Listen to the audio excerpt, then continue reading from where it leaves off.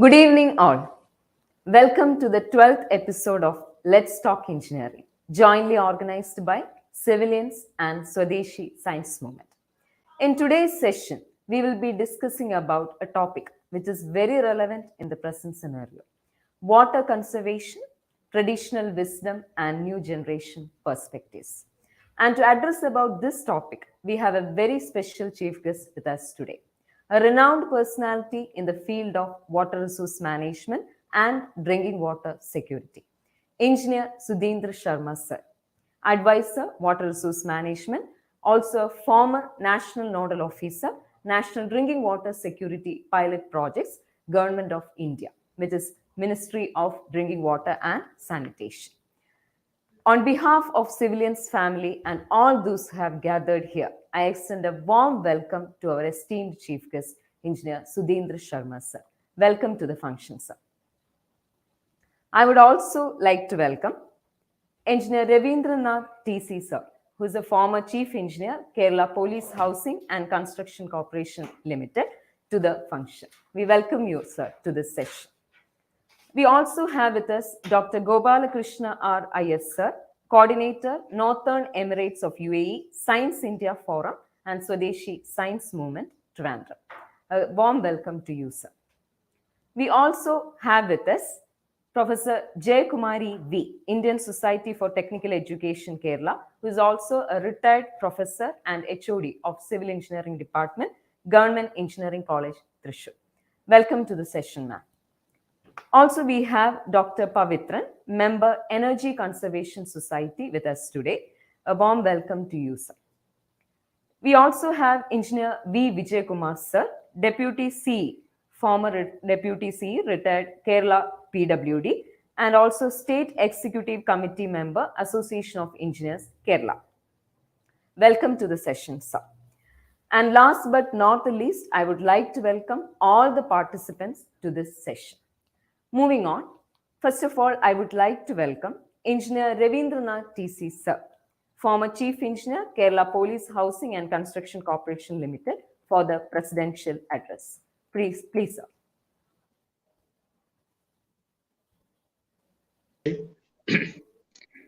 Namaste, sir. Welcome to one and all of the participants and distinguished guests for the proud 12th episode of monthly webinar on Let's Talk Engineering series organized by Swadeshi Science Movement and Civilianz in association with Association of Engineers Kerala, one of the biggest organization of the engineering sector involving serving and retired senior engineers of Kerala PWD, Kerala Irrigation Department, and Kerala LSGD departments, Energy Conservation Society, Kerala Self-Financing Engineering College Management Association, and Indian Society for Technical Education. Today, as in the welcome speech, as is clear, we have a prominent personality with us to deliver an authenticated talk on water conservation, traditional wisdom, and new generation practice. Water is said to be the life of Earth. Every human beings, animals, birds, and plants on Earth live on water for survival. Water is becoming a scarce commodity in Earth. Though there is plenty of water in Earth, 97% of the water available on Earth is saline, and only 3% remains as useful water. In a human body, water forms around 60% on an average. Of course, it varies with the sex and age, because with aging it may get reduced. With sex, females percentage may vary like that. So, with the passage of time, with the increased population, the water demand is getting increased day by day. So, preserving, controlling, and managing the water resources has become an inevitable need of the hour. Water conservation in other words, is a practice of using water efficiently to reduce unnecessary water usages. Rather, by water conservation, it means a preservation, control, and management of water resources. Water conservation ideas and technologies are not new to our country, Bharat. It is seen practice from time immemorial. The excellent water harvesting and drainage systems found in the cities of Indus Valley civilization are masterpieces of our ancient culture.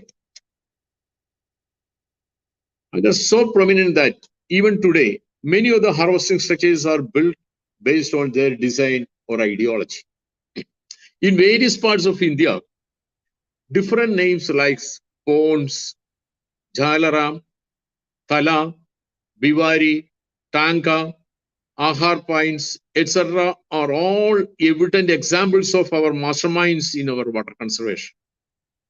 In Kerala, we can see many ponds locally known as kulams on the upstream of every ela. Ela means or the agricultural extent of agricultural lands. It's upstream of the land and by the side of the drainage system to collect the stormwater and to use it in the downstream ela during summer. In our old ancient Arthashastra written by Chanakya, there is clear mention of irrigation water using harvesting system. As you know, Chanakya was a prime minister of King Chandragupta Maurya.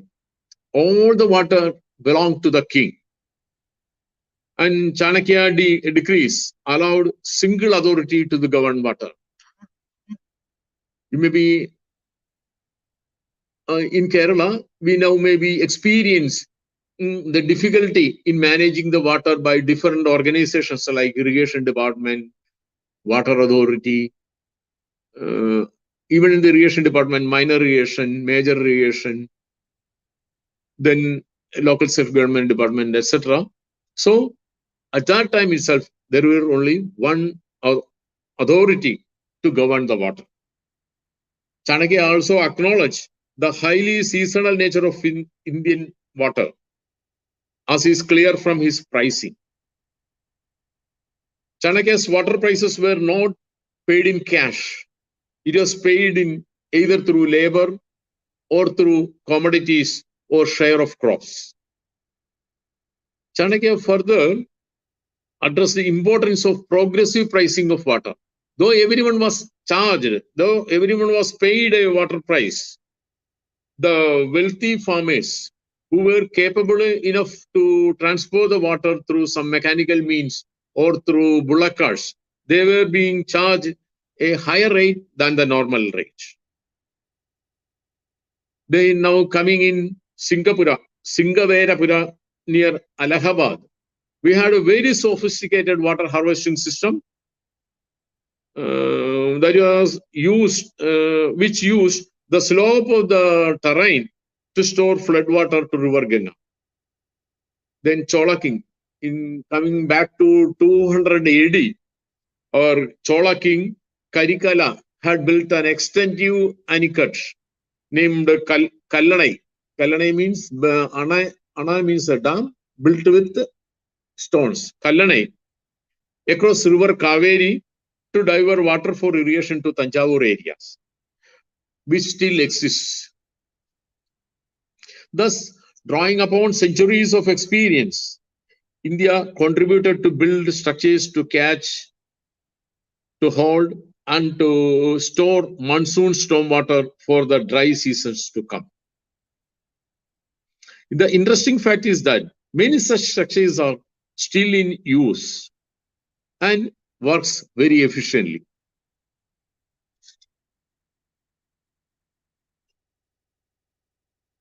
Before concluding, let me point out few words on practicing water conservation in our day-to-day life also, which are very simple and easy to remember. In the day-to-day life, we have seen many people who keep the tap open during brushing the teeth, then washing the face, then while shaving, and also keeps the shower open during the entire bathing. Can't we limit such extra usages of water by keeping the tap closed either during the brushing time, either soaping time, during bathing, and so on. In kitchen also, many used to wash many of the dishes by keeping the tap open. So many of the water is seen wasted. We can of course keep it stored in a bucket or vessel and use it as and when necessary. Similarly, reusages of water from our kitchen sinks, wash basins, etc. for gardening and toileting purposes can also reduce the water usage to an extensive limit.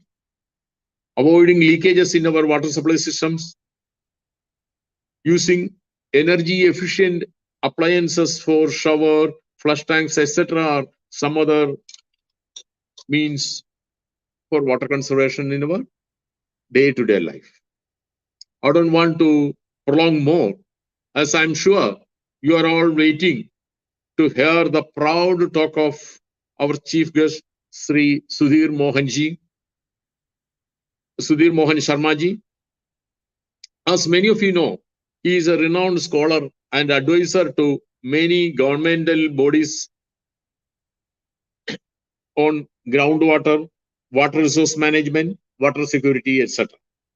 Fundamentally, though he is a geologist by profession, he has specialization in groundwater, water resource management, and drinking water security. He has served the government of India at the national level as a national nodal officer of the National Drinking Water Security Pilot Project. He has designed more than 400 mega rainwater harvesting projects with areas as big as 4,000 acres to 400 square kilometers, spreading across India, right from Arunachal Pradesh to Gujarat and from Punjab to Tamil Nadu. I'm sure his talk on water conservation, traditional wisdom, and new generation perspectives will be a boon to one and all of the technical persons who attend the seminar and view it later. Thank you. Thank you so much, sir. Now, the most awaited session of the day. Technical talk on our today's topic, water conservation, traditional wisdom, and new generation perspective by our respected chief guest, engineer Sudhindra Sharma, sir. As Ravindranath sir has already stated, he is a well-known and successful geologist by profession with specializations in groundwater, water resource management, and drinking water security. He is a double postgraduate in geology and applied geology, specializing in groundwater and mineral exploration with excellent academic background.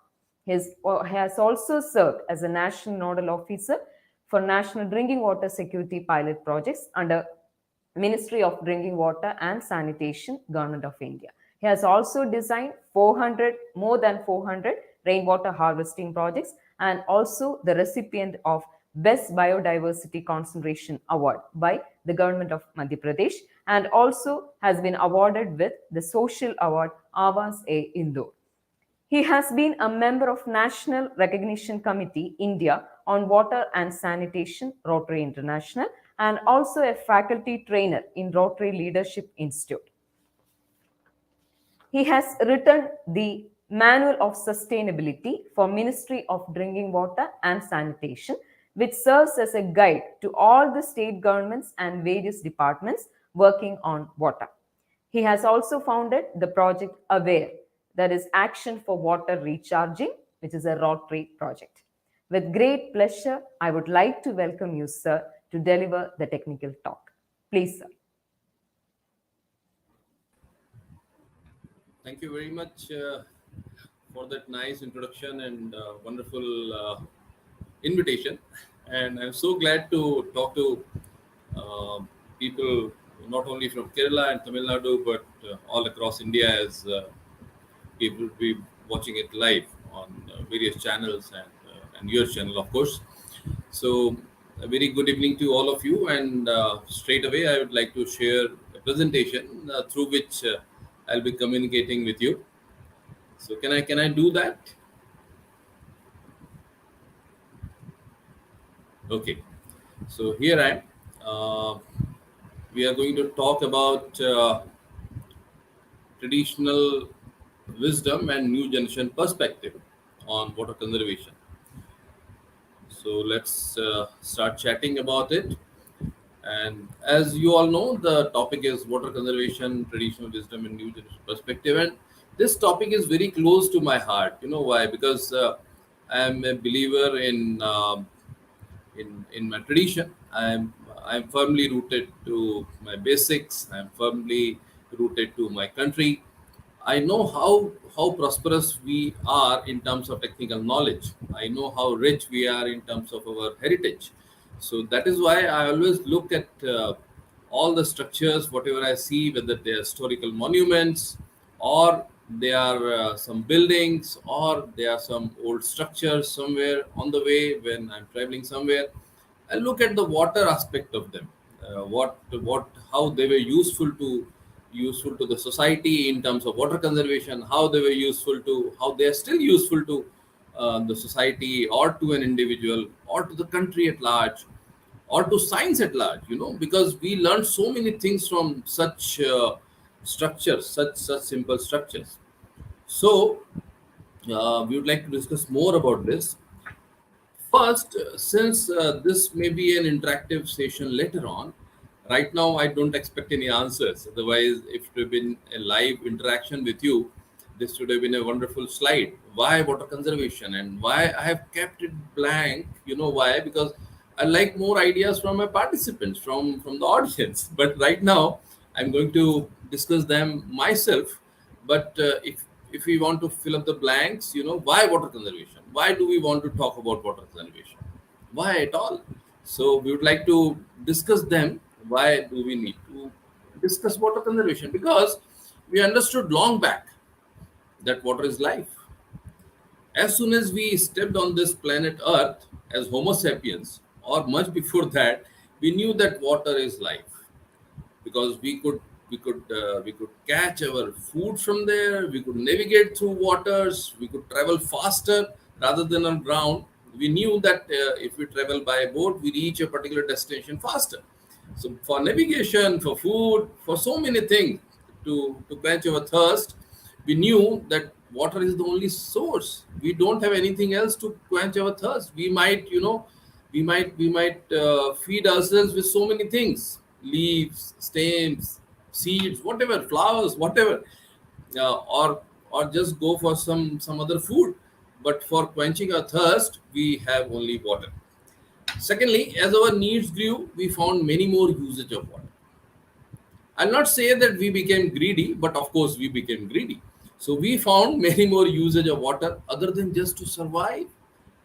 And after satisfying our needs, the next step was we found more ways which would make our life easier, which would make our life more luxurious, like taking bath in a bathtub rather than going to a river and having a good dip. We installed bathtubs in our bathrooms, right? So that made our life not only easier but cozier and more luxurious. Then last but not the least, and that is the most dangerous thing, water was identified and recognized as a tool. We would discuss that also sometime. It was recognized as a tool. A tool for what? A tool for controlling the earth. A tool for controlling the economics of a particular region.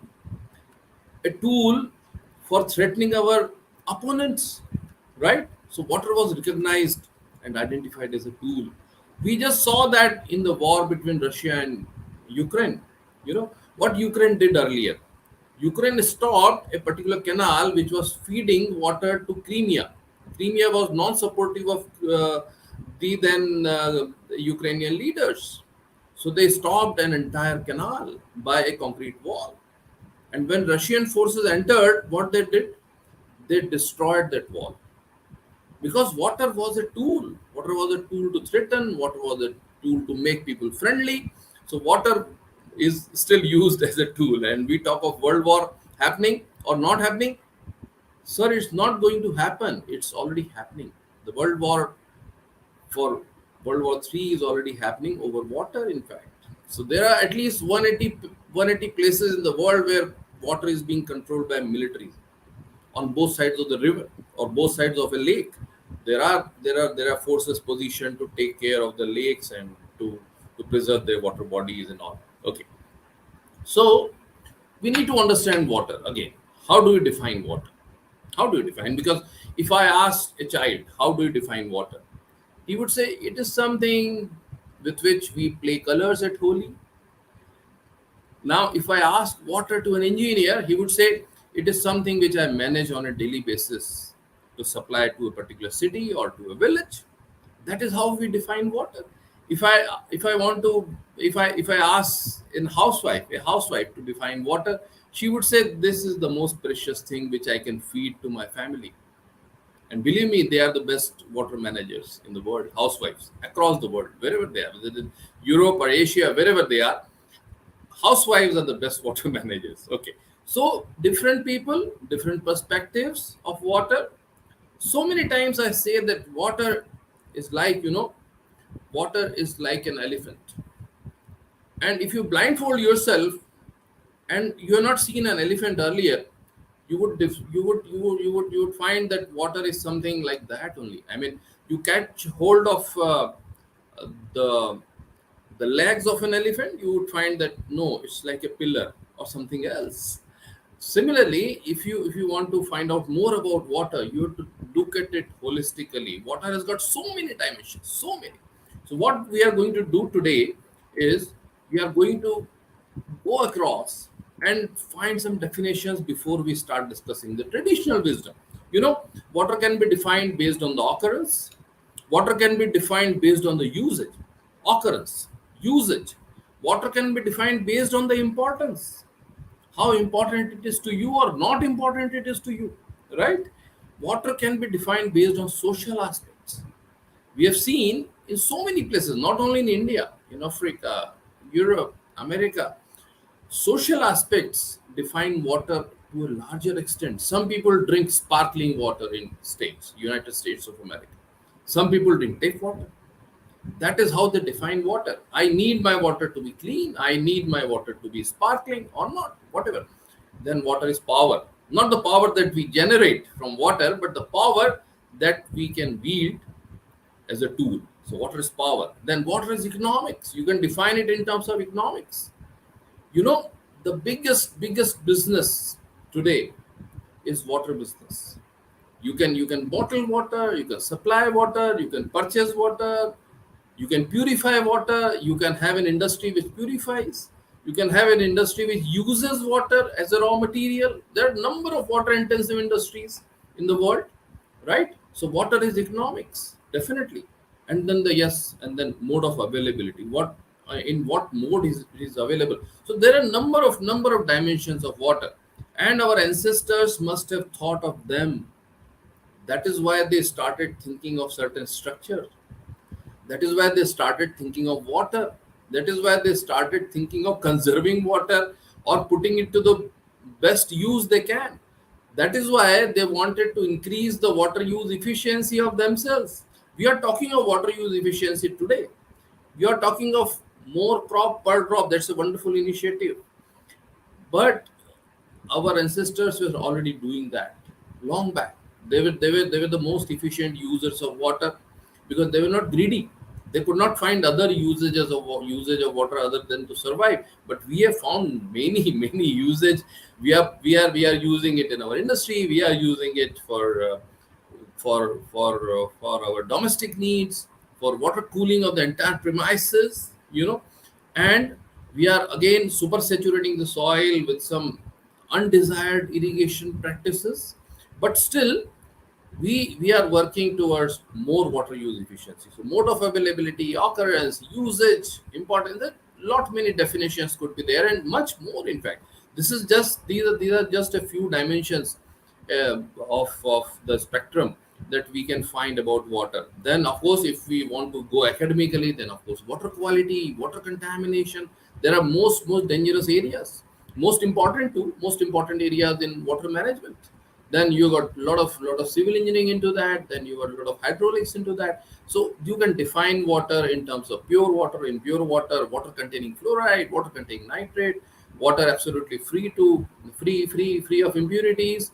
How do you treat water? So you can define water and water industry and the water business and just water availability in number of ways. So what we are going to do today is we are going to confine ourselves to discussions on how do we get water. The water cycle, everybody knows that. Surprisingly, I am an old school boy. In my generation, I studied this particular water cycle which you're seeing on the screen in my post graduation. When I was doing my master's in hydrology, I was having my special paper on hydrology, and that time I came across this water cycle. Today, the level of awareness is so good that people, I mean the kids, studying in class 5th or 4th even, they are studying water cycle. They proudly come back home and then they recite water cycle. Mama, we know what water cycle is. Water evaporate. I mean, the vapors come from sea. They get into the sky. The clouds come to us, and then they precipitate. They don't say rain. They use the proper technical term these days. Precipitate. They precipitate. Some of that precipitates as snow, and then the water is going back to the ocean. One very important aspect in this water cycle, which we studied in our post graduation, was the percolation through the ground to the aquifers. Because then we understood that a part of that water cycle is when the surface water is converted to groundwater. Of course, that tricky thing is not yet explained to the kids, but later on they would realize that this is a very important aspect of water cycle, a very important aspect of water cycle. That whatever water we receive on the ground, some part of it is retained by the soil and some part of it is transferred to the aquifer, which is down below, and that forms the groundwater, and and the remaining lot that goes to the rivers and streams and ultimately back to the sea. Now, what happens in this process, entire process? We have seen this earth. We have seen this earth. If you take the entire geological history of earth, we have seen this earth only for 30 seconds of the last minute. We are that young on this earth. The earth is 450 million years ago. I mean, earth was formed. So we are very new to it. What has happened in between when we were not there on earth was that the entire salt of the earth has gone to the seas for depositional basins, and the sea has become very saline. Now, part of that comes back to us as sweet water, right? It comes back to us as sweet water through rains. And I often speak that is the biggest desalination plant, the biggest free home delivery that anybody does in the world. The free home delivery of sweet water to your doorstep, and that too without any charge. Nature does it. Nature has installed such huge sun for you to evaporate the water, separate the salt from it, get the sweet water, and then home delivery through wonderful monsoon winds or whatever winds you get. And then the clouds come to your doorstep and they precipitate, they give rains to you, they give rains to the rivers, and then the river or the surface water translates it into the ground, and you get groundwater. Isn't it wonderful that nobody sends you a bill for that? Right? So it's the biggest free home delivery service. And meanwhile, what is happening is, as it was already told, that 97% of the entire water is saline. Only 2.5% is sweet, and even in that 2.5%, only 0.9% of that 2.5% is what you see in the rivers and ponds and surface water. So what is happening to the remaining 99%? Remaining 99%, 69% is locked up in glaciers. The sweet water, you cannot go and get sweet water every day from the glaciers. You cannot, right? and 30% is locked up in, not locked up, 30% is available in terms of groundwater. So, what is the biggest source of clean water to you? The biggest available clean source of clean water is groundwater. That is why groundwater is so important. So important it is, because that is the biggest portion of sweet water readily available to you. What is the importance of groundwater? I mean, you can categorize water now into two kinds of water: surface water and groundwater. The 69% which is locked up in glacier, of course, that is not easily available. That is available to some wealthy people who can actually drag the entire part of glacier through their trawlers, ships, and they can get that and they can drink it, maybe, but not to us. I mean, we have to rely on groundwater and surface water. So that is what is the classification that we have now. Why groundwater is important? Groundwater is available at point of use, wherever you are, whether you are having an industry somewhere, whether you are having a home somewhere, you can actually, with the permission of the government or with the permission of the local authorities or with the social permission, if you need so, you can get a borewell or an open well drilled or constructed, and you can get groundwater. So secondly, groundwater is generally pure, potable, and usable. Generally, I mean, we do have some contamination, like some man-made contamination, which is called anthropogenic contamination, like nitrates and some other contamination.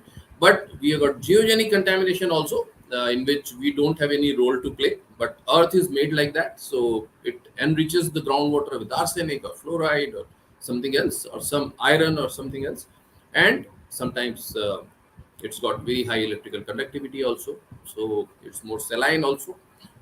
So that is geogenic contamination and anthropogenic contamination. But normally, unless and until we want to prove it otherwise, groundwater is generally pure. So that is what is important about groundwater, and that's why our ancestors also got attracted by these properties, and they were to get groundwater when they migrated away from surface water sources. Because as you saw in the initial slides, there was an early man hunting for fish in a river, and they knew that water is not only a source of quenching, a source to quench your thirst, but to get food also. So they were relying on water, food also. But when they went for greener pastures, literally and physically, then they migrated to inner lands, away from their rivers, and then they were at a loss to understand where will we get water if we are moving away from groundwater. And then they started thinking that water must be there somewhere else also, and then they started digging and found water. And believe me, which is the oldest well on this earth? Where is the oldest well? The oldest well on this earth is present in India only, in Banavali in Haryana. That is designated as the oldest well on earth in Haryana, right? So they were attracted by these properties. They worked to get groundwater when they migrated away, and that is how the story of groundwater extraction began. When we talk about existing water bodies also, like lakes and rivers and all that, we need to understand that groundwater also is a water body. It's there underground somewhere. And the impact of an interaction of surface and groundwater is also to be understood. That is what our ancestors studied very well. And not only studied, they did not write hefty textbooks, or they did not give huge presentations like me. They did not teach people various laws of engineering and physics and hydrology, but they observed how water flows. They observed how water drops down, how it precipitates, and then how it moves on the surface of the earth, how it interacts with the surface, what kind of surface has what kind of response on water.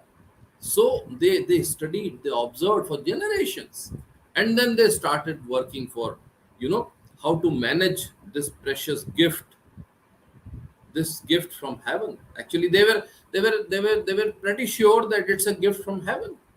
God is sending this directly to us. It's a gift from heaven. So how to manage this precious gift? There were no water shortages in those days. There were no, of course not. There were no government regulations that no, you have to do rooftop rainwater harvesting. No, sir. But still, they were clever enough. They were wise enough. They were honest enough to themselves. They were honest to their kids. They were honest to us rather. They were honest to the new generations, that no, we will not be taking more than what share we have in this gift from heaven. We will take only that. So that is that. With that approach, they understood how groundwater is to be managed. I'm talking about groundwater only, right? A groundwater is a component of hydrological cycle. We understand that most groundwater comes from precipitation. A zone of saturation occurs where all these vesicles and pores and they are filled with water. There is also a zone of aeration above the zone of saturation where the interstices are occupied partially by water and partially by air. So that is what is zone of saturation, and wherever the zone of saturation is, we call that water table in layman terms. There is a difference between water table and water level, but that's a finer point. Sometime I may be able to explain that to you. But water table is something which is measured true with respect to the earth surface, and water level is something which you measure with respect to the mean sea level. So there is a difference between two, and then there is a third term. That term is called piezometric surface, because that is not water table. Piezometric surface is a surface in which the water is stored due to the hydrostatic pressure. It's not due to the pores or connectivity or something like that, but due to hydrostatic pressure, it moves up and down, and that's why in most of the hard rock areas you don't have a water table. You don't have a uniform water table. For example, in Bangalore or in Chennai or in Trivandrum, maybe you don't have a uniform water table. You have a piezometric surface. In your house, the water table may be at 50 feet. In your neighbor's house, if he is more lucky than you, he might be having the water table at 20 feet. So that is the difference of hydrostatic pressure, and that is because of hard rock properties. Anyway, so that also was understood clearly. So we have to understand that groundwater is stored like that underground.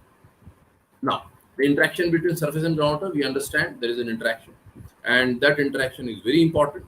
The surface water actually percolates to groundwater, the groundwater is formed.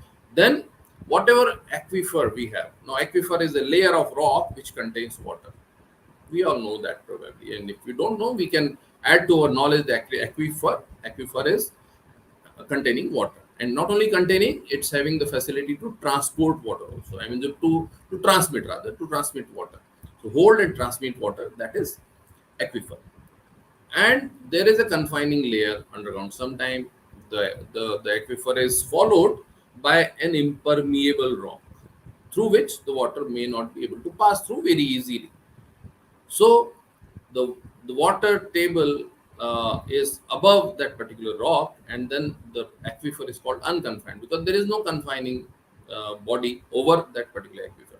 While the aquifer below this particular impermeable rock is called confined aquifer. That is confined. That's not unconfined. So unconfined aquifer is at the top, and there is a layer in between, and there is confined aquifer. I'm telling you this because that's got some significance, right? Now, hydraulic conductivity. Hydraulic conductivity defines groundwater flow. Hydraulic conductivity is a measure of a particular material's capacity to transmit water. How much water can be transmitted? It's given by the specific discharge of a porous medium under a unit hydraulic gradient. Unit hydraulic gradient is given by Darcy's law. We all know as part of our hydrology education. So that particular Darcy's law is V is equal to Ki, where V is specific discharge, right? The unit dimensions are given.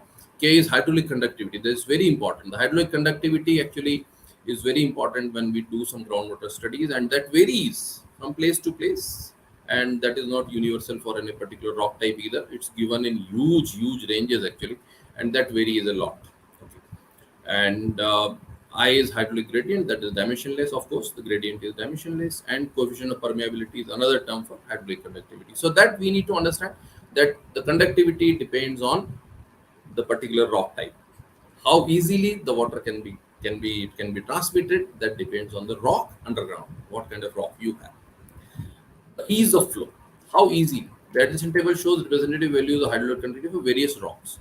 You all know limestone, dolomite, sandstone, siltstone, anhydrite, shell. Shell is a typical rock which does not allow water to travel faster.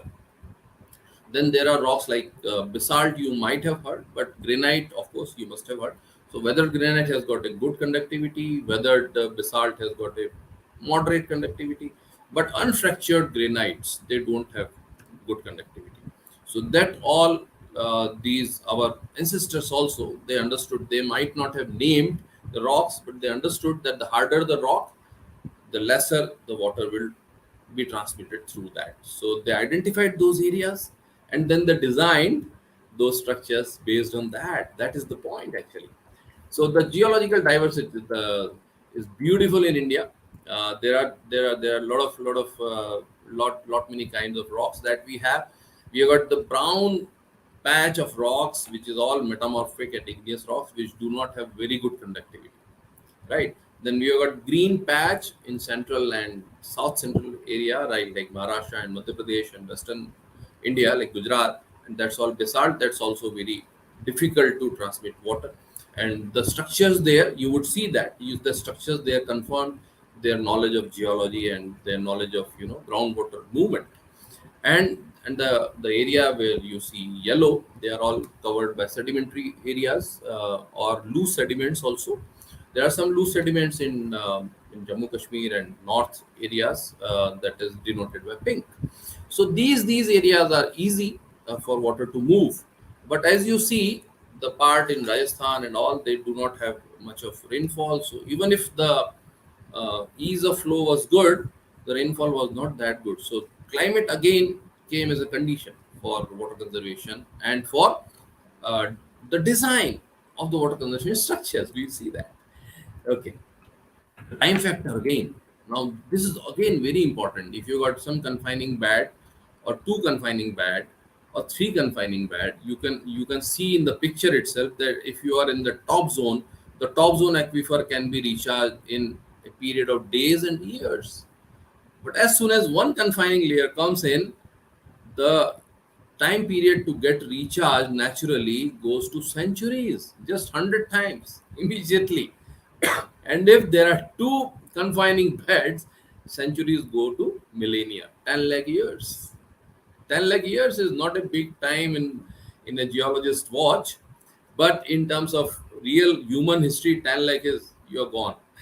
So you have to think of these things, that deeper the aquifer, most difficult it is to get recharged, and that is why you should not draw much from deeper aquifers. You should try to believe and rely on the top aquifer, because that can be recharged in matter of days and years, but not the second and third layer, which takes centuries or millennia to get naturally recharged, unless and until you put your recharge shafts and all, and you think that we are playing gods and we can recharge the groundwater. On the contrary, you cannot recharge groundwater to that extent, that the to the extent you are drawing water actually. So our ancestors, wherever they were, also understood the importance of groundwater for their sustenance. And what did they do? What did they do? They understood that what kind of groundwater situations we have. Today, the groundwater situation is not that good, but in those days, the groundwater situations were good in the entire country. Still, they work for various structures across India. And here you can see a beautiful map from a reliable source. And these are some words on the map of India where the structures were. For example, Taka in Rajasthan, Khadin in Rajasthan, Zing in Ladakh, and you're on Kerala. There were some Panam Keni rather, and Surangam. Of course, those are typical structures. We will see the photographs of them, and there are number of structures in Madhya Pradesh also, like Part, and then the Ahar Pine in Bihar, and they were all beautifully designed and beautifully calculated, wonderfully designed structures. Through years and centuries of observations, they have developed them. So these are all traditional structures that are there on the map for you. Now, the design elements. We need to understand, because we have gone through a bit of geology, a bit of hydrogeology, and a bit of theoretical hydrogeology. Uh, the design elements were soil, rock type, topography, climate. Yes, temperature variations, rainfall periods, rainfall quantity, even rainfall intensity. They were all taken into consideration when these traditional structures were designed or thought of or actually implemented. And there were variations also. It's not that some particular guideline or some particular engineering drawing was issued from a central office somewhere in Mohenjo-daro or Takshila, and they were followed all across the country. No, sir, that was not the case. The case was that they were all custom built. They were all built based on the local information and local wisdom, and of course local observations. So there were variations, and you would find variations in traditional systems from place to place, including the design aspect, the size, right, even the material, right. So, and then the usage, what kind of use of water you have to do. If you are using water for drinking water, then the structure would be different. If you're going to use it for irrigation, the structure would be different. And then the allied sectors such as fisheries or forest or horticulture, the structures would be different. So this was the ideal, kind of design elements that we had. Then the socio-economic considerations also, whether we are going to use it for the entire community or it's going to be used for one particular individual, the structures were based on those socio-economic considerations also. First is you see this beautiful photograph of a step well. These are called the step wells, and the step wells were built in number of places. I recently visited a particular town in Madhya Pradesh, and I was doing some groundwater analysis for that particular district, and I saw beautiful series of wells there. And I just asked one particular person who built this particular well, and I was told that this not this well you see in the photograph, but believe me, that well in that particular place was equally beautiful. And the person who is in charge of that particular well told me, sir, when this particular person came to the state, those were 300 years ago, the king of that place ordered him that if you want to do business here, he was a businessman, then you have to construct a well for my people. Then only I'll allow you to do business in my state. And that particular businessman, and still it is known as the Seth Ji ki Bawdi. Seth Ji ki Bawdi meaning the Bawdi belonging to the Seth, belonging to the merchant, right? So he constructed it and he built it beautifully well. And when I asked that particular person that who helps in maintaining this body now, I mean the government or the panchayat or whatever, he said, no sir, no panchayat, no government. We as a group of people in the village, we maintain it. And then only we can maintain it. So the community participation was also there. So these kind of step wells actually were designed looking at the groundwater level fluctuations. How beautiful it is, because these step wells actually had water right up to the brim, or maybe about say 2 or 3 meters down when the rainy season was there. But as the summer approached, the water level went down, and that is why they designed it the way that you can step down step by step, bit by bit, and you can get water from there even when the groundwater level was fluctuating. So you can get it from there without using any ropes or without using any buckets or something. Secondly, these step wells are in a particular geological condition where the weathered rock at the top, just below the soil, is having very intense fracturing. You would not find any step well where the rock is hard. So they studied the rock, and then when the rock was intensively fractured, so to tap those fractures extensively, they designed these wells. They designed these step wells broad and wide so that you can get hold of maximum, you can get advantage of maximum number of fractures. And as you go deeper, you get more fractures from top to bottom, and you can get more inflow of groundwater into the well. Isn't it beautiful? It is. It is. And these structures, of course, they were kind of self-satisfying structures also. They wanted to do it beautifully, so they added an architectural element also into it. So this architecture is beautiful, and you should see these step wells in Western India, in Northern India also in some places, in Central India also in some places. But the most beautiful that I've seen is in Gujarat, in Modhera Sun Temple. It's just awesome. You must go and see it. Right. Then Jhalra, that was told in the initial speech by in the presidential address. Jhalra. Now, Jhalra is a typical structure, but why was it built? Why? And how it is different from the step well? The objective was very clear. In a step well, the well was built only when the aquifer was there.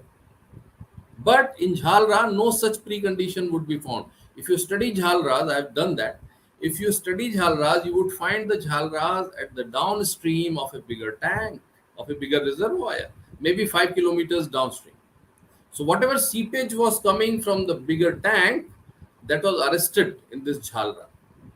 You know, Jhalra means Jhalna. In Hindi or in Rajasthani dialect, Jhalra or Jhalna means percolation. How beautiful it is. So, whatever percolation is approaching your region from that particular bigger reservoir is being trapped by this structure. So, that is why it's called Jhalra. You find that in Rajasthan. Then, Bandhi. Bandhi, Bandhi means smaller version of Bandh. We add e to anything which we want to denote smaller. For example, bandh is a bigger thing, bandhi is a smaller thing. So these bandhis you would find in forts and palaces of central and western India, in northern India also some places. And these bandhis were huge trenches where they collected the entire runoff from the campus of the palace and the campus of the fort. So what is special about this structure? What is special is the size, sir. The size were suitably calculated based on the runoff which is being generated from the palace, and the runoff would depend on something else also. What is that? You are engineering students or engineering professors. You must understand that the runoff would depend also on the rainfall. So whatever bandhis you would see in any fort or palace, that is always commensurate with the kind of rainfall that particular region was having. For example, in a large monsoon area like Madhya Pradesh, you would find the size of the bandhis larger, and in scanty rainfall areas, the bandhis are a bit smaller. So these were typically calculated, carefully calculated, and then they were constructed. So these bandhis are also big example of the forethought and the design that we had. And the accumulated water, again going back to usage part of it, the usage, it was used for drinking, it was not used for irrigation. They were quite clear about, it that whatever water we are going to get from the campus is going to be clean, so that is going to be class 1 water, it's not going to be class 2 water. So we can control the quality of that and we can use it for drinking. So we are not going to allow it for irrigation, and we are going to reserve it for the purpose of drinking, right? Then Bawdi. Bawdi is another structure, and this is a perfect pick of Bawdi. They are called Bawlis also in parts of Rajasthan. It's a perfect pick. And perfect pick because any Bawdi is not only an excavation. A Bawdi also has a network of drains coming in from different directions and the water converging into the Bawdi. Right? So you can see a drain coming in from the uphill part of it. There is a hill to the north of this photograph, the top of this photograph, and water is coming from that particular drain here with the blue arrow, and then it's trickling down, stepping down through the steps and getting accumulated here. So that particular thing actually transfers the water to the Bawdi, and that canal or drain network is linked to the Bawdis. This is a beautiful pic explaining different elements. And then the steps. I told you that the steps in a particular other structure, that is Jhalra or a step well, were to negotiate with the groundwater fluctuation. Here, in this particular instance, this is not for groundwater fluctuation, sir, because that is harvested rainwater. So what is it for? Then why steps if it's not for groundwater fluctuation? It is to minimize the evaporation losses. Because at the top, when you are having ample water, the evaporation losses will be more with the surface area, but as the water gets consumed and the summer approaches, you need more water. So the total cross section, the plan area would be reduced, and hence lesser evaporation losses. So that is why these steps were built narrowing down the bottom for lesser evaporation losses. Beautiful science behind it, and yes, good interpretation. Okay. Then takas. Again, I told you that this is about how much rainfall you are getting, how much water you are getting. So in a place like Jaisalmer, a place where you don't have the topography supporting you for construction, or the geology supporting you to store the water underground, to store or to transfer the water to the aquifer. The aquifer is not there. What would you do? You would not let the water go away.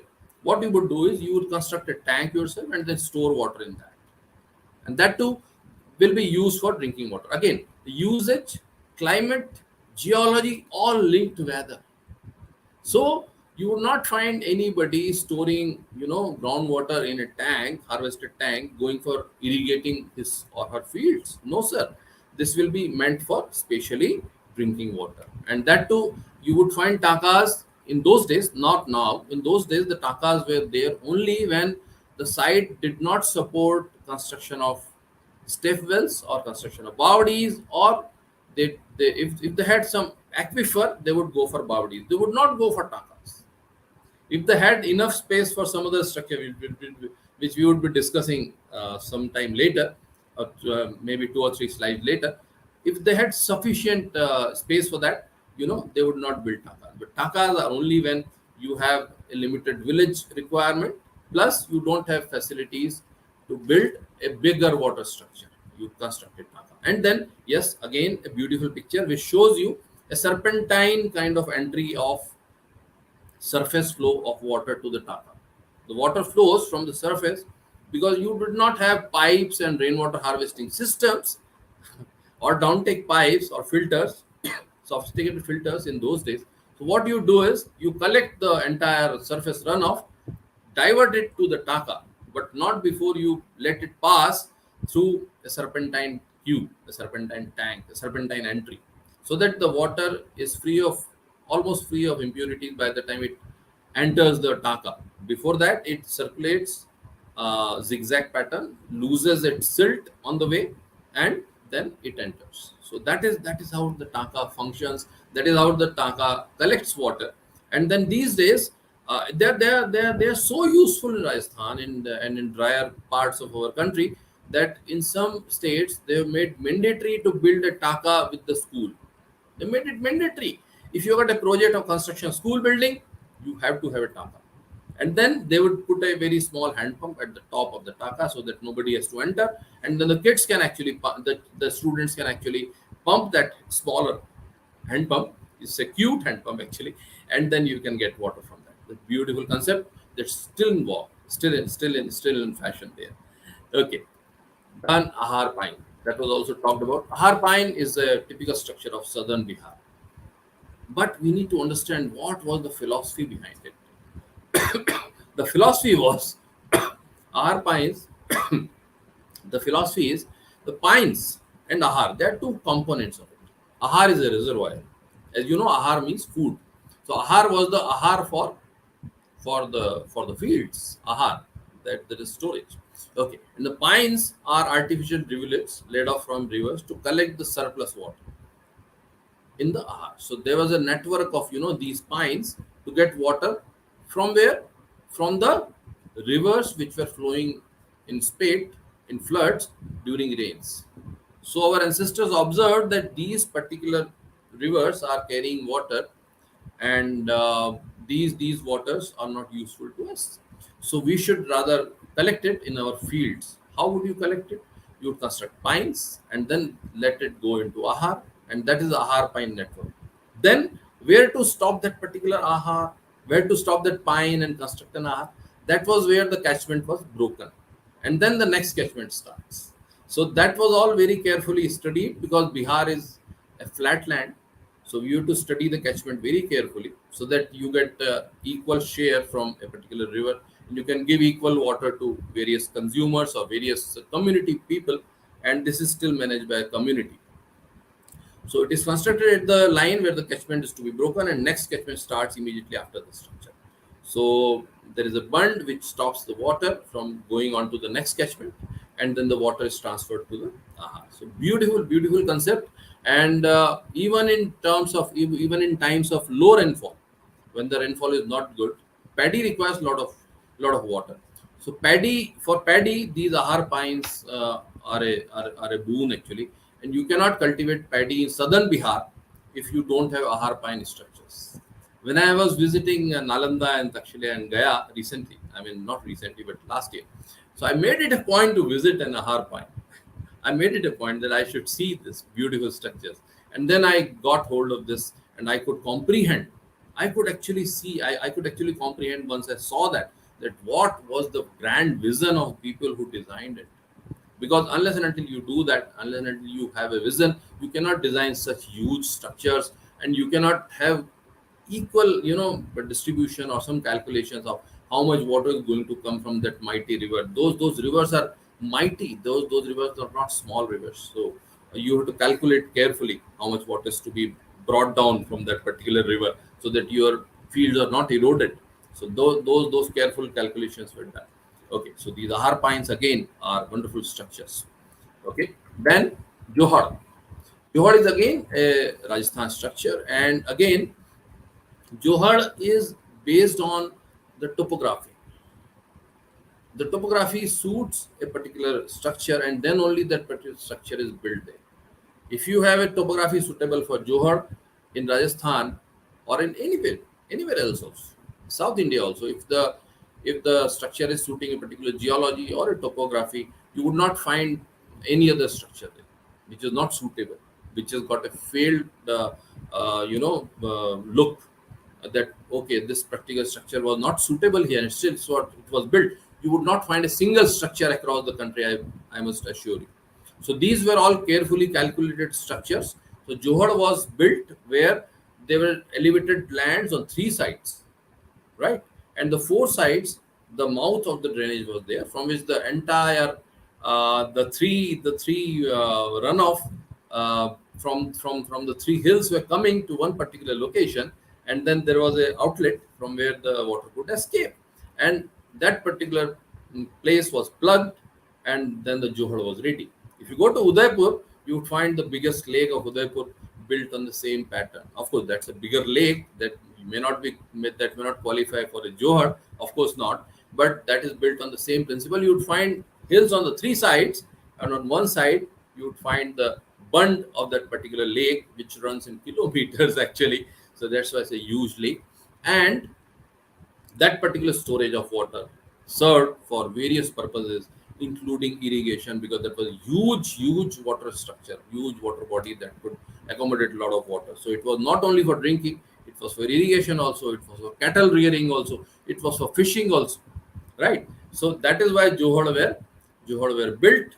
And this again is based on geology, because you would not find Johor at places where the ground is fractured. No, sir, they were not percolation tanks. They were storage tanks, right? So they were not meant for percolation. So that is why these Johors are still live. They are still in operation. Okay, then you're on. I mean, our on Kerala's Panam Keni. I was thrilled. I was thrilled to read about it. I was thrilled to.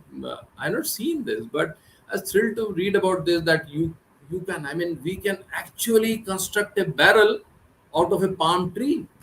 A palm tree of 4 feet in diameter. Just imagine how huge it is. And then the entire inner portion of that particular thick palm stem is eroded by means of mechanical means or by natural means, and that goes away. And then what you have is, you have a solid barrel cylinder of about say 3 or 4 inches thick wood, and then that particular barrel or cylinder is inserted into the place where water is down below at 4 or 5 feet. See, we did not have cement concrete in those days. We did not have plastics in those days. Just imagine how carefully they must have observed that what can be used as a pipe. How can you? I mean, I'm just amazed at their vision. I just their marvelous vision that they could think of the huge palm stem as a cylinder. They can move out, they can actually carve out the entire inner portion, and then you can use that as a cylinder. For what? For putting it atop a particular place where your irrigation water is going away, and you can actually see that the water is rising above because of capillary action. It's a huge capillary actually. So it is rising, and then you can actually see water and you can fill your bucket. And I'm told by the literature that even today, in lot many religious practices, in lot many social and cultural functions, the rice is cooked, the food is cooked only in Kenny water. How beautiful it is! It's heart touching, really. So that is how you actually worship. That is how actually you respect your traditions. You have to link it. You have to link it through some of your auspicious moments. And when you link it through your auspicious moments, then you actually value them. You respect them. You pass it through generations. You tell your son, beta, son, we cook our food during your wedding or my wedding in this Kenny rice. So you have to preserve this Kenny, right? So that is how you link. Right? Okay. Then Khaden, we talked about Khaden also. But the Khaden is again another structure which you would not find where Taka is there. Obviously not, because Khaden is something which actually requires a gently sloping agriculture fields. So people found that if you don't have a river, if you don't have a particular place where you have three sides hills, you don't have. So you cannot make Johar, you cannot make a stop dam, you cannot make a step well because the geology doesn't feel good for that, it doesn't strike good for that. The water will be lost. And secondly, you would find Khaden in most of the areas where the water and the soil both are saline. So even if you try to, store water underground, the entire rainwater would turn saline. So what to do? They devised another way. They constructed a barrier on the downslope of the sloping agriculture field. And that is where the particular water got stored during rains. The rains were not very big.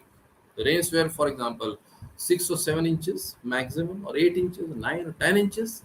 So what happened was, the rains were there, the water got stored, got evaporated in due course of time, but it let the moisture remain in the soil.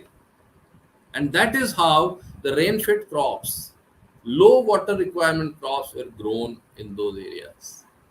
How beautiful it is. Again, a combination of climate, low rainfall areas, a combination of salinity, the water quality, salinity of the soil type, and of course the geology, because they knew that the aquifer is not there down below. It's only the soil which is going to support us, right? So water is not going to get saline.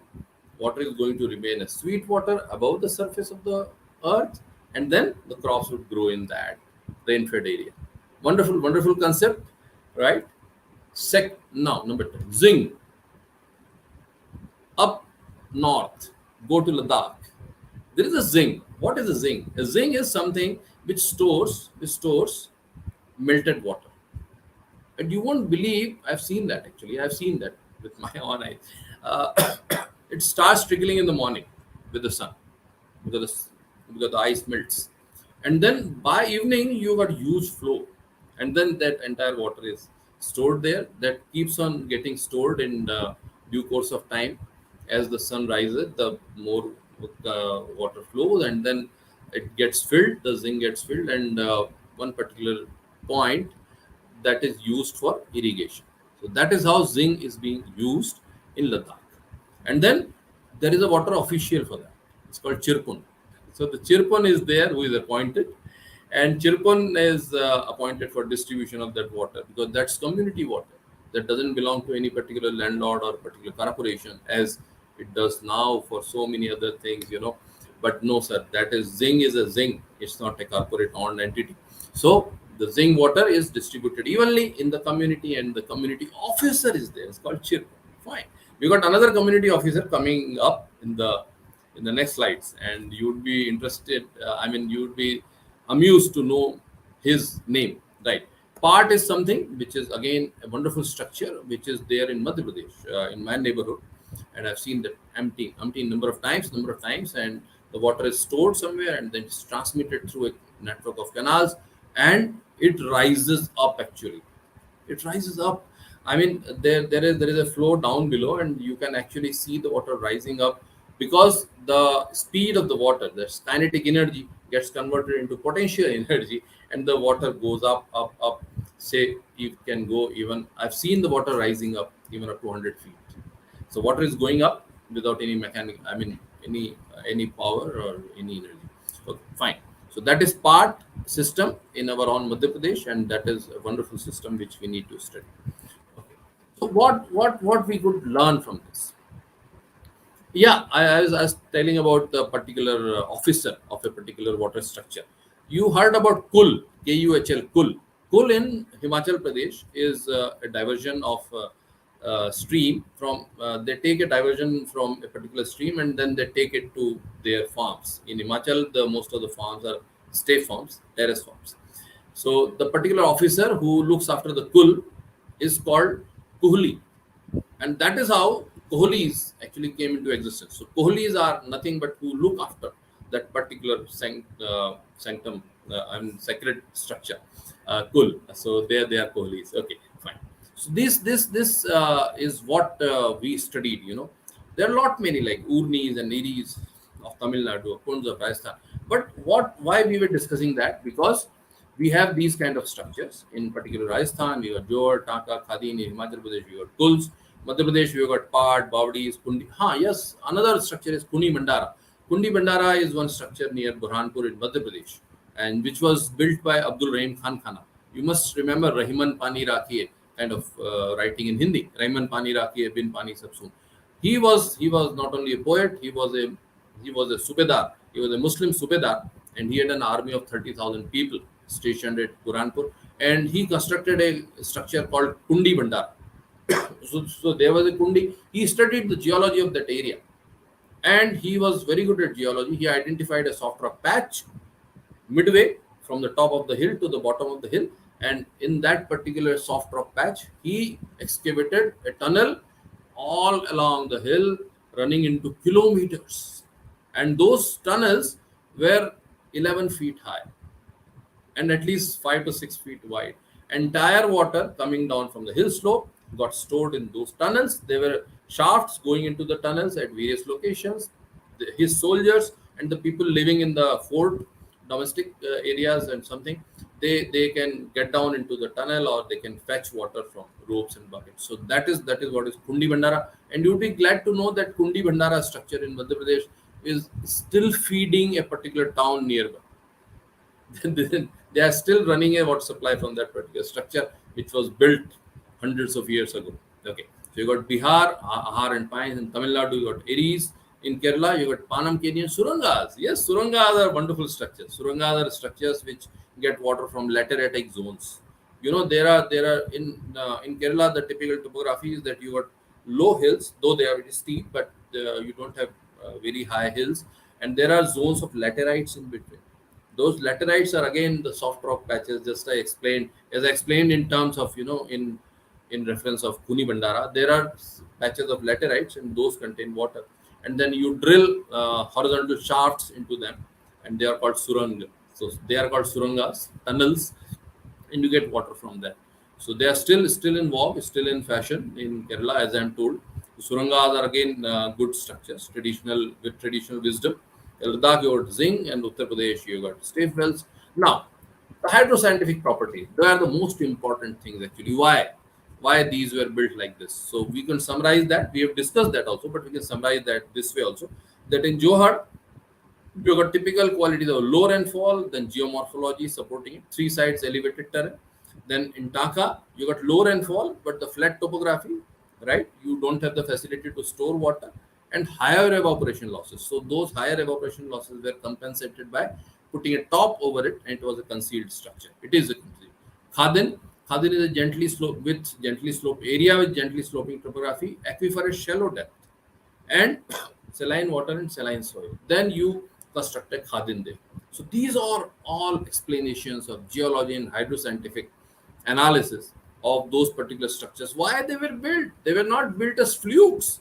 They were not built at the will of some particular king or some particular moneyed man. No, sir. They were all scientifically calculated, carefully calculated, and designed. Then Jhalras, subsurface seepage from an underground reservoir. They were not having any aquifer, or maybe even if the aquifers are not there. Then Kuls, as I told you in Himachal, utilization of surplus flow of river water, right? Then part utilization of undulating topography. Then Bawdis, the harvesting water from the upslope through a drain network and minimization of evaporation losses through narrowing down via slopes. Then Kundi Bandara, as I explained, Kundi Bandara in Madhya Pradesh. There's only one location, but I given it. Utilization of soft rocks patch, just as you do that in Surangas in Kerala, you do that in soft rock patches in Burhanpur in Madhya Pradesh, Kundi Bandara. Then Bandi, harvesting rainwater from the campus, right?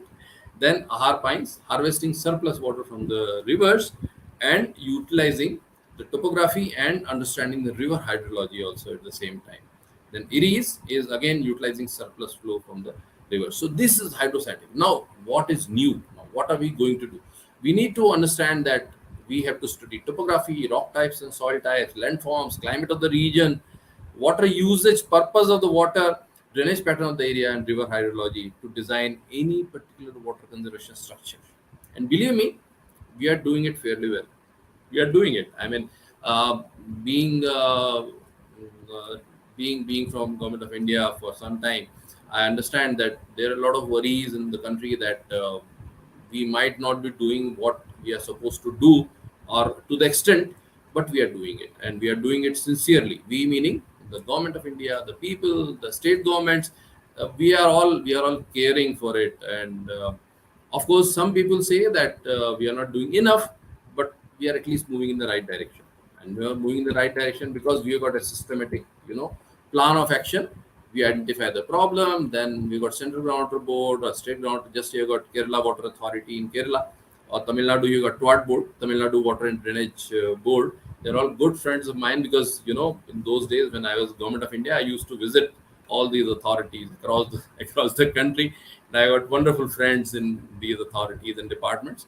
Then we do recognition of the villages, then well source inventory, then we study different maps which called hydrogeomorphological maps, study of geology and hydrogeology, data interpretation, remote sensing, selection of structures. That is how we do it. Of course, we do that on a much, much sophisticated scale than our ancestors. You know why? Because we have got that facility available. So that is why we have to use the facility. If you got satellites up there, why not use them? You have to. The only thing that you have to keep in mind is the approach that our ancestors had. The approach was it should be for the benefit of the community, it should be for the benefit of the nation. Nation first, the state first, right? Everybody afterwards. So if it is for the benefit of the community, then of course all your work is valued, and that is how you do it. So this is the new generation perspective, that we have to use whatever we have: satellite data, satellite maps. We got a lot of information available, digitized. We can process the information faster, and that is why we are going it in a much sophisticated way. Of course, the implementation has to be there, honest, with all honesty, integrity. Then you got a lot of material here, right? And then synthesize all, and then yes, of course, you got geophysical instruments also for site verification on the ground. You can actually get the subsurface interpretation. We'll not go into details of that because that takes a lot of time. We might have 2 or 3 separate sessions for that. Okay, then you can have good approach, different approaches and mechanism for different kind of structures. What surface storage transfer to groundwater, guiding rainwater to the aquifer, or using existing structures. Our ancestors also had all these, but they did not tabulate it like this. But we are documenting it, and based on that, I've written a manual of sustainability, which is still there on the website, that still serves as a guide. Okay, then we can do aquifer modification. We can go for surface modification of the terrain, just as you do for Ahar pine, or you can facilitate faster recharge, just as you do with some percolation tanks. Okay, Then these are various structures based on the river network and all that. If you study river hydrology very carefully, this is a beautiful uh, flow chart which was designed by yours truly. It was designed by me only. That in what kind of structures you can use different kind of structures. I don't have much of time to go deeper into that. This is just to give you an overview that our approach now, based on the traditional wisdom that we have, is much more sophisticated. But we have at the back of our mind the benefit of the community, of course, always there. And of course, we have improved. We have learned a lot from those people who have designed those structures. And this is an outcome of probably that knowledge transferred via structures, transferred via their intentions, transferred via history, actually, to us. I have not got hold of any particular manuscript, but yes, I know the intention. When I study the structure, I know the intention, I know their thought process, I know how that particular rustic geologist of that particular village must have stood there looking at the sky, that okay, how much rain is going to happen, how much rain is going are we going to receive this year, how much water is going to be received in this particular reservoir. I'm just thrilled at that thought. Vijayanagar Empire or Chola's, tanks, or Chandela's tank in Bundelkhand. I mean, all those tanks really fascinate me. That how could they have imagined that? Okay, so these are all wonderful, different structures that we can build based on different sources, based on drainage order, based on geomorphic conditions, based on slope conditions, and of course, yes, satellite maps. You can actually interpret satellite maps where the granites, you can actually see where there are ease of flow, where the flow is good, where the flow is not good, where the settlements are, for what use the water is going to be, where the rivers are, where the fractured zones, where to put percolation tanks, where to put stop dams, where to put recharge shafts, where to divert rivers, where to store water on the ground, and so many things. And based on the rainfall availability, based on the runoff availability from a particular catchment, all that analysis is done. If you see a beautiful picture here, and that is from Parali, Maharashtra, where to do contour trenching, where to do contour bending. There are not many structures there, which we have named now contour trenching, contour bending, and all that. Of course, we need to discuss that separately, because we were having our focus on traditional wisdom today, and based on that, what we could do further, right? So these are all some examples of our work that we have been doing. Some lithology controls are there, some structural controls are there, and the aquifers are mapped, and then we can actually identify where to put our check dams and all, right? So this is a part of Jhansi, and that was a part of Maharashtra, and so many examples are there where people are working good. In Andhra Pradesh, one of the officers was using these particular maps for Manrega works and where to dig ponds and all that. It really thrills me to see that these maps are really useful. These technical informations available now are very useful. Okay, this is how we map watershed. This is how we delineate watershed, and then we prepare a map for a particular watershed. That okay, this is the Kheda village. We can build a check dam here. We can actually utilize the drainage pattern, and we can actually attempt to solve a particular water problem of a village. Our ancestors also did the same way. They might not be having those sophisticated maps, but they had their intentions, they had their commitment, and that is what made them successful. Okay, what can you do as a citizen, as a student, as a teacher? Again, a blank slide, but I'll give it to you. Learn more about water, educate others, just like we are doing today. Go to a village, understand their problems, because in the cities you got a lot of resources, but in the villages you need to educate them more. Learn from them also. They also have wonderful mastery over groundroom water management. Form a water club in your college or school or whatever you have, or even in your housing society. You can have a water club, organize awareness activity, start from your home. Ending with a very short story. Very short story. I'll be off very soon. This is Mr. Bachu Singh. He belongs to a tribal area of Madhya Pradesh, and we went to him for looking at some traditional knowledge documentation. He was growing some medicinal plants for treatment of snake bites, and we were very happy to meet him. We saw his field, and I collected some samples also from him. This is how I looked 15 years back. Okay, so we collected some samples, and I just started talking about water to him, and I explained to him that you can have one open well or bore well here in the field. He has got 4 acres of cultivation. Out of that, he grows the snake bite medicines in 1.5 acres, and 2.5 acres he grows his wheat and maize and all that. So I asked him why 2.5 acres. He said, "Sir, that is sufficient for me and my family. So I leave 1.5 acres, and in that I grow medicine, which I give free of cost." I explained to him getting more water, and he listened to me carefully. But later he took me to this place, 3 or 4 fields away from his fields. And then when I saw this open well constructed by him, I was amazed. I asked him, you got such a huge open well. How much horsepower of what motor you have? He told me that it's 2 horsepower. I said you can put 5 horsepower. You can get more water for for your crops and all, and you can utilize more water out of it. He gave me a beautiful answer, and that is why this story is here. He told me, "Sir, we take only that much from the environment. Environment means jungle, the atmosphere, the surroundings. We take only that much from environment, the amount what we need. We don't take anything extra from the environment, and that is probably the basis of sustainability. You take only that much which you need." Then I tried to explain him further that you can actually do some more crops which need more water by using more water from this open well. He took me downstream of this nala, this river, and then he told me, "Sir, I grow my water intensive crops or which need more water in the downstream of nala because we got moist soil here and we got water flowing down below." And I was amazed at his ingenuity and his creativity.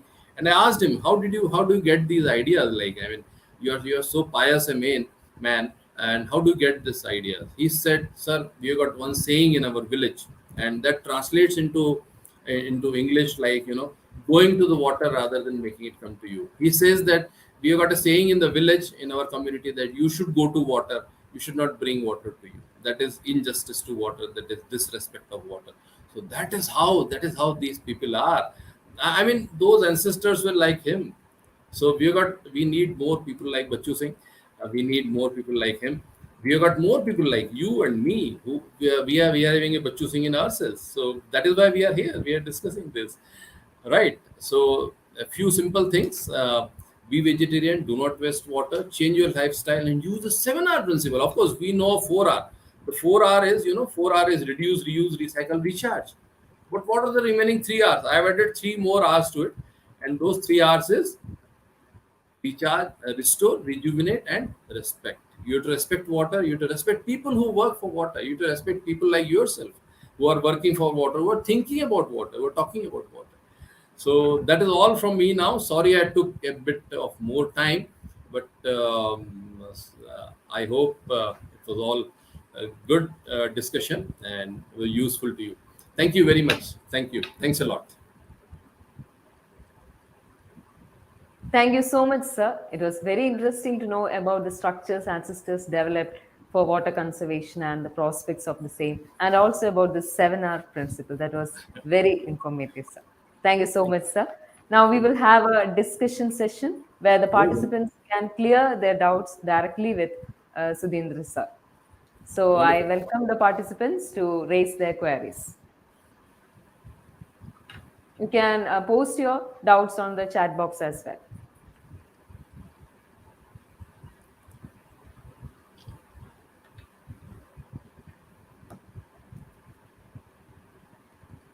I'm not going to read the chat box. You please, Yes, sure, sir. I will dictate the query. please, Sure. if you see any queries, please communicate because Yeah, sure, I'm sir. not really adept at your platform today.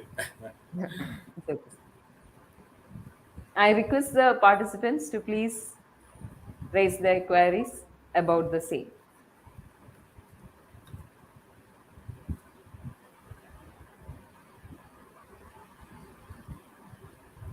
See, we Sir, need to, yeah, sir, we need to please. understand. We need to understand that all these traditional structures they were built with lot of calculations, lot of planning, and years together were gone into that. So lot of materials were used. Selection of that particular material was also very important. What kind of material is to be used for what? For example, you cannot use a limestone rock in a bund, because limestone is soluble in water. So you cannot use limestone, you have to use sandstone, and a particular variety of sandstone was used in all those water conservation structures. Particular design was used, all those rainfall patterns were all studied. So that is lot of science behind it. And my advice to all budding engineers, all budding civil engineers especially, is that you should study more of these structures. You should look at them from all aspects, right from building material aspect to the strength aspect to the foundation aspects. Of course, we have not gone into detail because this is too short a time. You cannot summarize, thousands of years of work in 60 minutes. You can't do that, but you can get an overview, and you can. Yeah, and I must tell you, this is how a technical discussion is. It should give you more food for thought. Actually, it should urge you to do more. It should leave you hungry for knowledge, hungry for thoughts. You should be more thirsty about knowing more about these wonderful structures. If you go to Chan Baudi, that is on Delhi Jaipur Road, you would be amazed. If you go to the Modhera Temple, Sun Temple in Modhera in Gujarat, you would be amazed. If I go to, I intend to come to Kerala to see that well, which was built all by the ladies. I intend to go to that place, because those structures fascinate me. I mean, the commitment, the passion, the courage that those people have. The ladies, they constructed that well themselves. It's such a huge well, such a deep well that is, and that's in Kerala. So all these structures are real place of worship actually for me. I mean, they are pilgrimage kind of sites. Whenever I visit a particular historical monument, I look at them. Go to Taj Mahal, entire platform, there are smaller holes there. What are those holes? Those holes actually get into a drain network. That drain network carries the entire water to the surrounding canals and channels, and then that entire water is communicated or sent to the front canal, in which you see in all the photographs of Taj Mahal. So all that is really beautiful. You go to so many temples, and then you find that there are Baudis in those temples. Why? Because those places were linked to places of worship, so that people can remember them, so that people can respect them. Respect is the biggest thing for them. You have to respect. You have to respect. You have to respect water. You have to respect water resources. I've seen people in Rajasthan, you won't believe it, but when they climb up a particular well, they leave their footwear outside. I was amazed. Sir, the water would get dirty. I would not climb the open well with my footwear on. That is how it is. So that particular thought, that particular philosophy, that particular thought process, if we can inculcate in today's youth and today's students, maybe we would be more respectful about our own creations, because we are all engineers. We need to have faith in our structures. We need to have faith and respect for whatever we are doing. We need to have faith in our blueprints. We need to do that. Then only we would be more confident. Then only we would be more successful. Because constructing or getting a blueprint for designing something is okay, but getting involved into that, loving that, love what you do. That's what it is. Thank you, sir. So that is a good message for all the civil engineers out there. So moving on to the felicitation address, I welcome Dr. Gopalakrishnan ISR, Coordinator Northern Emirates of UAE, Science India Forum and Swadeshi Science Movement Trivandrum for the felicitation address. Please, sir. Hello, good evening to all. It's a very nice, very dedicated speech from our chief guest, Sudhindra Sharma ji. So I would like to add 2 or 3 points. So while I was in UAE, I can see there is a very good water conservation program is being done in the UAE government. What they are doing, they are reusing the water. So one of the technique in the water conservation is reuse. So there is a, in each emirate, there are 7 emirates are there. In each emirate, they are using this water, they are recycling this water in different way. That the water from our bathroom, even from the workshop, these waters are being used for cleaning, cleaning the road, or even for the irrigation purpose, for agriculture purpose. So there is a very good example how we can conserve the water. Then next is they are recycling the water. That is also I told you, they are recycling the water in a different way. Then desalination. So the biggest, one of the biggest plant, desalination plant we can see in UAE. They are converting the salt water into drinking water or reusable water like that. So we have to look into these new techniques like that. Then coming to the use of water. So the new methods. So what they are doing, there is hydro techniques, that what we can call drink 2 glasses of water in empty stomach. That will reduce your blood pressure. That will be boost for your energy for the full day. And while going to the bed at the night, drink 2 glasses of water.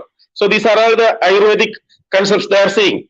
So now we are, I can notice that we are using a bad practice, that we are drinking the hot water. So look at the universe, look at our surroundings. No animal in the world they are drinking hot water. They are all drinking the normal water. So if you are drinking normal water, we can practice that. We can reduce the sickness, something like that. So that is also another very good technique. Then, so these techniques we can use to evade from our illnesses, and we can have a good health or longevity. Earlier in my children days, in our early days, I can see we used to take bath in the river or even in the waterfalls. So now we are constrained. We are looking in our bathtub. Sir says that we are using bathtub and either or in the shower. So these are all the things. We are wasting so much of water. So we have to minimize this. And I can use this platform. Best wishes and all the best. Thank you very much. Thank you so much, sir. Now I welcome Professor Jay Kumari V, Indian Society for Technical Education, Kerala, who is also a retired professor and HOD of Civil Engineering Department, Government Engineering College, Thrissur, for the felicitation address. Please, ma'am. Very good evening to one and all of you. Sir, your topic and all what you said, it was extremely good. And we are very, very happy. I was unaware of so many things like what you said today, even our, the one which is practiced in Wayanad, Panam Kani, all those things, Panam Keni, sorry.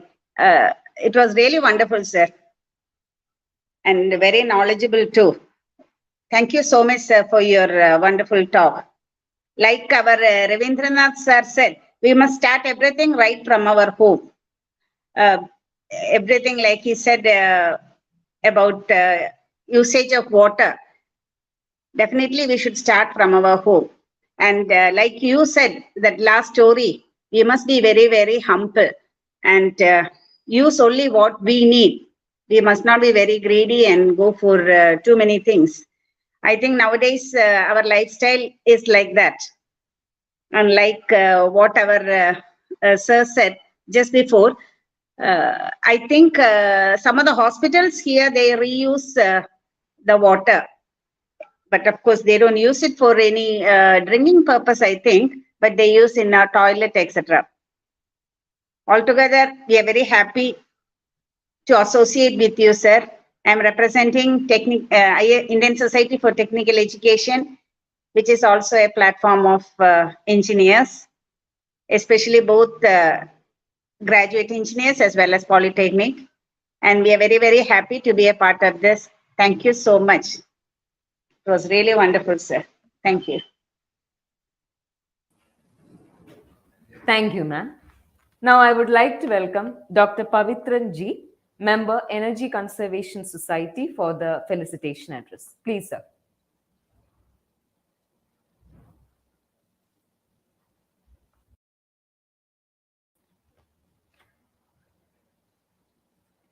Sir, can you please unmute? Am I audible? Yes, sir. Yes, sir. Okay. Respected Dr. Sudhindra Mohan Sharma, Dr. Govarashnan R. Iyer, Engineer Ravindra, Engineer Ritesh, Dr. Soman, and other distinguished dignitaries. It was a highly informative talk made by Dr. Sudhindra Mohan Sharma. He has illustrated many types of possibilities for conservation of water, and he has discussed on various types of wells. I would like to add a few points also.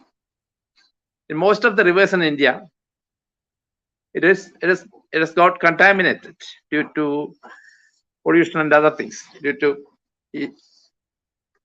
dumping of wastewater, etc., into the river. If you are comparing the water quality of rivers in developed countries, you can take bath or even drink water from the river, even which is flowing through cities and towns. We should also try to avoid contamination of river water by proper sewage and other proposals. We should also try to reuse bathroom water for irrigation, vegetable garden, etc. Then rainwater harvesting is also another possibility, which is being done in many parts of Kerala and other parts of India by using rain pits, that is Mazhakkuzhigal in Malayalam. Then you have to charge the wells also by using the water harvesting techniques by providing suitable pits near such wells. Then regarding to avoid the evaporation of water from water bodies like ponds, rivers, lakes, etc., we should try to install floating solar stations to collect the energy and electricity, as well as to reduce the evaporation losses. And anyway, happy that we had a very highly illuminative lecture from Dr. Sudhindra Mohan Sharma. And I would like to congratulate the organizations of Civilianz, Swadeshi Science Movement, Association of Engineers Kerala, Energy Conservation Society, Kerala Self-Financing Engineering College Management Association, Indian Society for Technical Education, and all benefactors and all the participants. Anyway, it was a very highly informative lecture, and thank you once again to Dr. Sudhindra Mohan Sharma. Thank you.